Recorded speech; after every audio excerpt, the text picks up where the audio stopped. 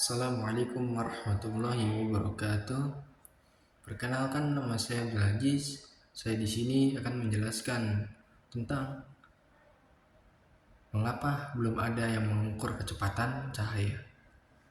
Video ini membahas sebuah pertanyaan yang menarik yang jarang diketahui oleh banyak orang. Mengapa kecepatan cahaya hingga saat ini belum pernah diukur secara langsung pada satu arah, one way speed of light selama ini? Kecepatan cahaya yang kita kenal adalah kecepatan dua arah, two-way span of light, yaitu perjalanan bolak-balik dari sebuah sumber ke cermin dan kembali lagi.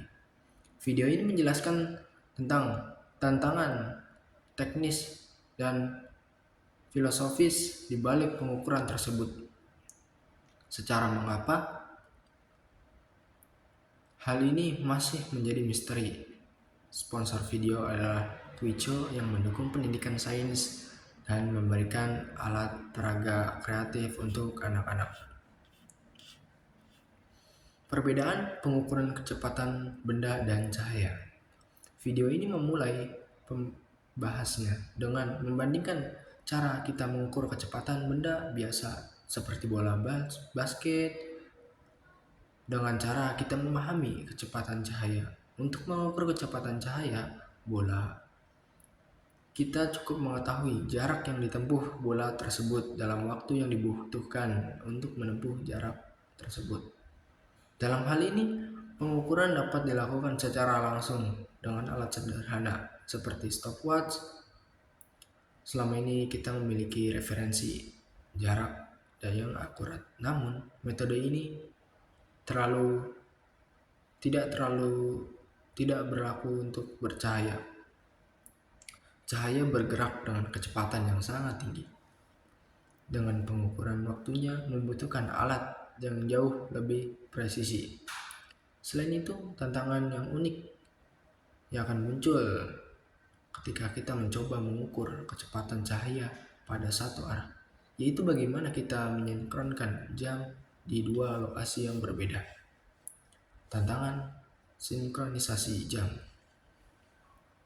Untuk mengatur kecepatan cahaya suatu arah, kita memerlukan dua jam yang berbeda di lokasi berbeda yang tersinkron dengan sangat tepat. Namun, disinilah letak masalahnya. Untuk mensinkronkan kedua jam tersebut, kita biasanya mengirimkan sinyal dari suatu jam ke jam yang lainnya. Sinyal ini bagaimanapun bergerak dengan kecepatan cahaya itu sendiri. Ini menciptakan paradoks yang sangat sulit dipecahkan. Kita perlu mengetahui kecepatan cahaya untuk mensinkronkan jam, tetapi pada saat waktu yang sama, kita memerlukan jam yang sudah tersinkron untuk mengatur kecepatan cahaya. Paradoks ini menunjukkan bagaimana pengukuran kecepatan cahaya satu arah bergantung pada asumsi-asumsi tertentu, bukan pada pengukuran langsung. Pengukuran dua arah. Karena tantangan pengukuran kecepatan cahaya satu arah, ilmuwan seperti Hippolytus memutuskan untuk mengukur kecepatan cahaya dalam waktu perjalanan bolak-balik two-way speed of light. Dalam pengukuran ini, cahaya dikirim dari sumber ke cermin yang berbeda pada jarak tertentu, kemudian dipantulkan kembali ke sumber. Waktu total yang dibutuhkan untuk perjalanan dicatat, dan dengan membagi jarak bolak-balik dengan waktu tempuh, kita bisa mendapatkan kecepatan rata-rata cahaya. Namun metode ini tidak memberi kita informasi tentang kecepatan cahaya dalam satu arah, karena kita tidak tahu apakah cahaya bergerak dengan kecepatan yang sama dalam perjalanan pergi dan pulang.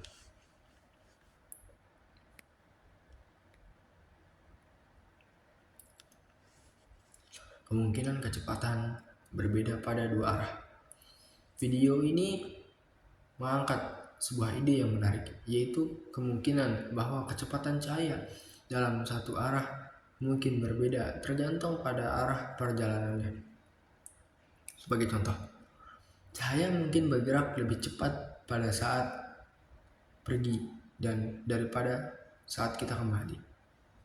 Atau sebaliknya, namun tanpa kemampuan untuk mensinkronkan jam secara independen dari kecepatan cahaya, tidak ada cara untuk memverifikasi hipnotis ini. Jika benar, ide ini memiliki implikasi besar terhadap fisika dan cara kita memahami ruang dan waktu. Konsep kecepatan cahaya yang berbeda dalam dua arah juga berkaitan erat dengan konsep simultas, yaitu bagaimana kita mendefinisikan peristiwa yang terjadi pada saat waktu yang bersamaan. Konversi Einstein dan simulasi. Salah satu poin penting yang dibahas dalam video ini adalah bagaimana Albert Einstein menangani masalah ini dalam teori relativitas khusus.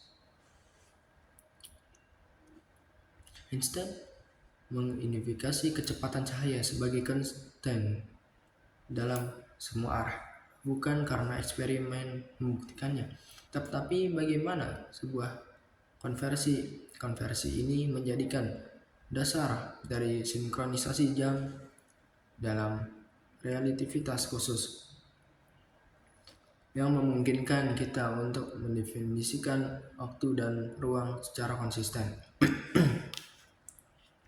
Dan kata lain, asumsi bahwa kecepatan cahaya adalah sama dalam semua arah adalah keputusan yang filosofis yang disepakati oleh komunitas ilmiah, bukan fakta impres. Pendekatan ini telah terbukti sangat berguna dalam banyak aplikasi fisika modern, tetapi juga memerlukan batasan dalam cara kita memahami alam semesta. Batasan pengukuran kecepatan cahaya dalam suatu arah. Video ini juga menjelaskan beberapa batasan teknis dan filosofis dalam mengukur kecepatan cahaya atau arah. Salah satu batasan utama yang ketergantungan kita pada konversi simultas yaitu bagaimana kita mendefinisikan kejadian yang terjadi secara bersamaan di lokasi yang berbeda. Tanpa konversi ini, pengukuran kecepatan cahaya satu arah menjadi tidak mungkin dilakukan. Selain itu, alat-alat yang tersedia saat ini tidak memungkinkan kita untuk memisahkan pengaruh kecepatan cahaya terhadap sinkronisasi jam dari pengukuran itu sendiri.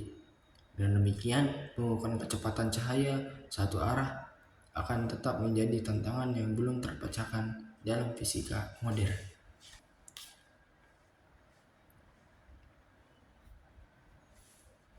Dengan demikian, pertanyaan tentang kecepatan cahaya atau satu arah bukan hanya masalah teknis, tetapi juga masalah filosofis yang mempengaruhi dasar-dasar ilmu pengetahuan.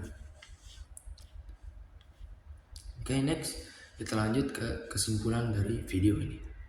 Kesimpulan dari video ini adalah video ini menyimpulkan bahwa kecepatan cahaya dua arah adalah satu-satunya kecepatan yang dapat diukur secara langsung dengan teknologi. Dan metode ini bisa dilakukan hingga saat ini, yaitu metode kecepatan dua arah. Kecepatan cahaya satu arah di sisi lain tetap menjadi misteri yang belum terpecahkan. Meskipun demikian, asumsi bahwa kecepatan cahaya adalah sama dalam semua arah menjadi dasar dari banyak teori fisika modern, termasuk relativitas khusus. Di akhir video disponsor oleh Wikco kembali diperkenalkan dengan penawaran diskon untuk produk-produk yang mereka dirancang. untuk mendukung pembelajaran sains dan kreativitas anak-anak. Mungkin itu saja dari saya, kurang lebihnya mohon maaf. Saya tutup. Assalamualaikum warahmatullahi wabarakatuh.